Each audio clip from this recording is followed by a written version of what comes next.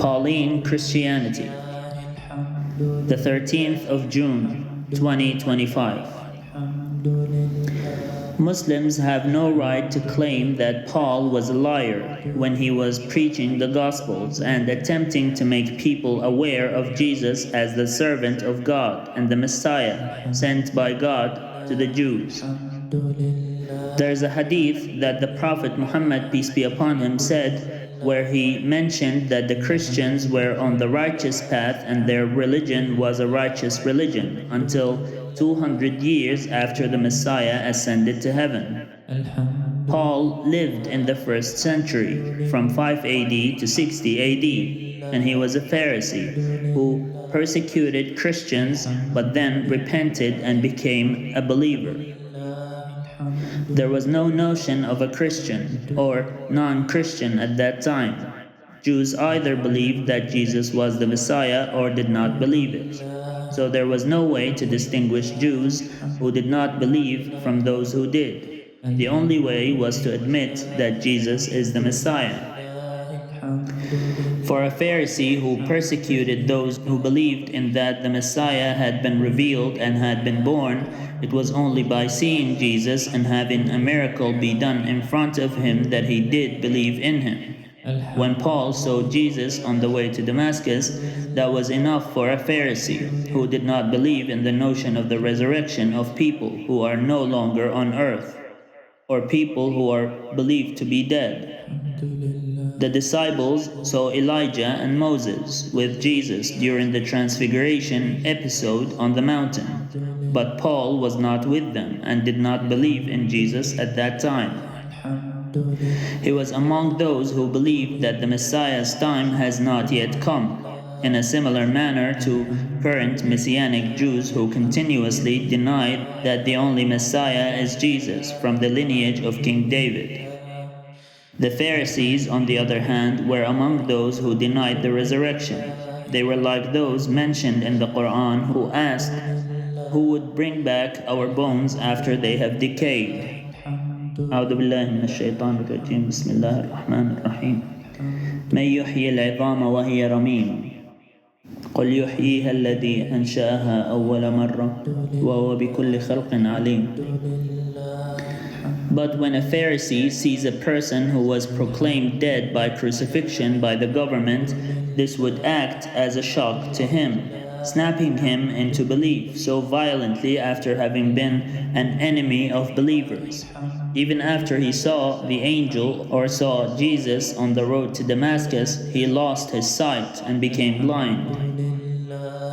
While some Christian scholars today say that what Paul saw was a vision of Jesus who told him, "You are persecuting me and those who follow me." Many sources, including Ibn Kathir, explain that Paul saw an angel who caused him to go blind because he struck him with his wing.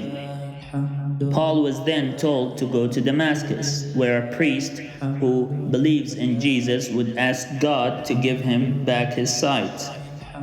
Paul did that and his sight returned, which made him believe in Jesus as the Messiah, the servant of God and his messenger. Ibn Kathir, Al-Bidayah wa Nihaya, chapter 2, paragraph 55. In other words, Muslims today lay the blame on a single man who converted to Christianity in the 1st century and called many people to follow in Jesus' footsteps and to believe that he is the Messiah, whom God sent to the Jews and Gentiles. In fact, when Muslims do such a thing, they are forgetting that many people from the followers of the companions of the Prophet Muhammad, peace be upon him, were polytheists who believed in multiple deities. At the very least, Paul was a Jew who only worshipped one single God, a Pharisee who took religion very literally and considered it a very strict doctrine, and anyone who goes against the doctrine would be liable to persecution. They call it Pauline Christianity because the doctrine of the Trinity emerged from it, but Paul did not start it himself.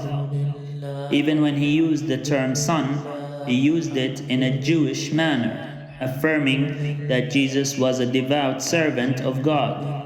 To be like Jesus is to be a devout servant of God like he was. Those who came 200 years after Jesus ascended to heaven were the ones who differed among themselves and started creating schisms based on wrong interpretations of what was said before them. Paul said son, which means servant of God. No, it means actual son, like Roman myths.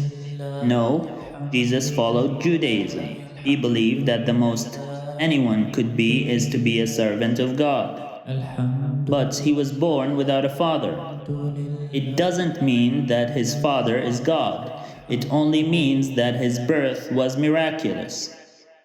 Our group believes that Jesus is the Son. This means that Jesus is divine. That is what Paul said. That is not what Paul said. That is what you are saying and interpreting Paul's words according to your own false understanding. And so, this is how the councils began, and this is how many divisions among the Christians happened, calling some people heretics and blasphemers and retorting and going back on their beliefs.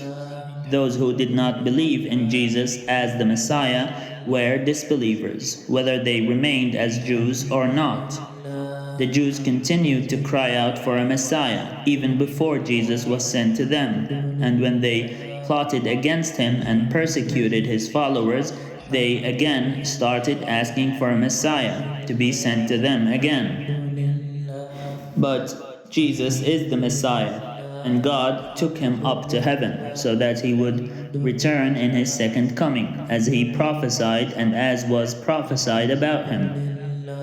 This is exactly what Paul taught, that Jesus is the Messiah, Christ, anointed, and that no Messiah will be sent after him.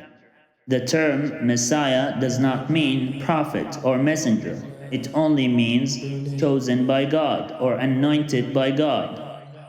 Jesus was chosen to be taken to heaven and to return to it in the end times.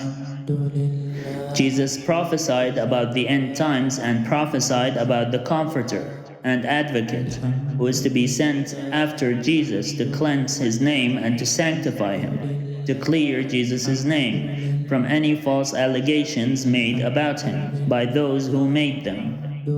Jesus never claimed to be the Son, nor did he ever claim divinity. He even refers to himself as the Son of Man multiple times, so that he would accuse and disown those who call him anything other than that, a human. Not only Jews are servants of God. The one who was sent by God is the servant of God. Jesus was sent by God, which he affirms multiple times in the Gospels.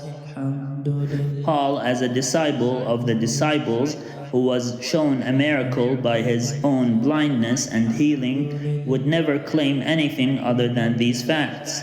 He believed in Jesus as the Messiah, as the servant of God, and as one who was sent by God.